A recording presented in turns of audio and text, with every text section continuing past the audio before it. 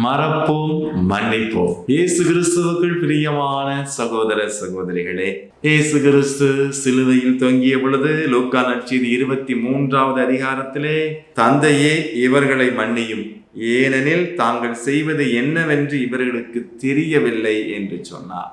மன்னிப்பு என்பது நமது கிறிஸ்தவ வாழ்க்கையின் ஆணிவேராக இருக்கிறது.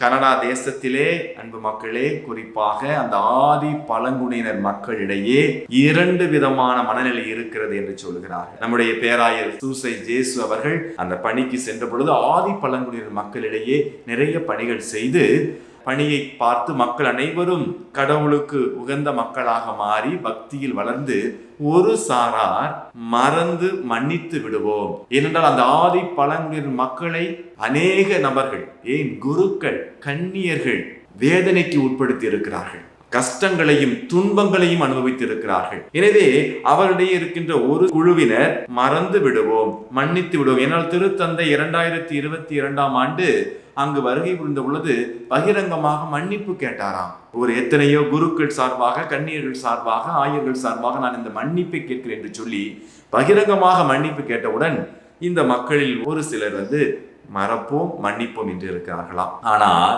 இன்னொரு குழுவினர் இன்னும் கோபத்தில் கொந்தளித்துக் கொண்டிருக்கிறார்கள். எங்களது மக்களை துன்புறுத்திய, ஓரவஞ்சமாக நடத்திய அந்த குருக்களை, கன்னியர்களை நாங்கள் மன்னிக்க மாட்டோம் என்று சொல்லி அவர்கள் கோபத்தில் இருக்கிறார்களாம். இந்த பேராயர் சூசை ஜேசு என்ன சொல்கிறார் தெரியுமா? எனது பணியில் தொடர்ந்து அந்த கோபத்தில் இருக்கின்ற மக்களையும் அணுகி அவருடைய மனதில் ஒரு மாற்றத்தை ஏற்படுத்தும் அளவுக்கு நான் சேவை செய்து, அவர்களும் மன்னித்து மறந்து அனைவரோடும் ஒற்றுமையாக வாழக்கூடிய கத்தோலிக்க திருச்சபையோடு அவர்கள் ஒப்புரவாகி, கத்தோலிக்க திருச்சபையின் பிரதிநிதிகளாய் வாழ்ந்த குருக்கள், கன்னியர்கள் செய்த தவறுகளை அவர்கள் மன்னிக்க வேண்டும் என்று சொல்லி, மன்னிக்கும் மக்களாக மாற நான் அவர்களுக்கு ஒரு கருவியாக இருப்பேன் என்று சொல்லி ஒரு அற்புதமான பணியை தொடங்கி இருக்கிறார். அன்புக்குரியவர்களே, இன்று நமது பங்கிலும், நமது மறை மாவட்டங்களிலும், நாம் வாழ்கின்ற சூழ்நிலைகளும் மன்னிக்கவே மாட்டேன் என்று சொல்லி கொந்தளித்து கொண்டிருக்கிற மக்களுக்காக நாம் ஜெபிக்க வேண்டும்.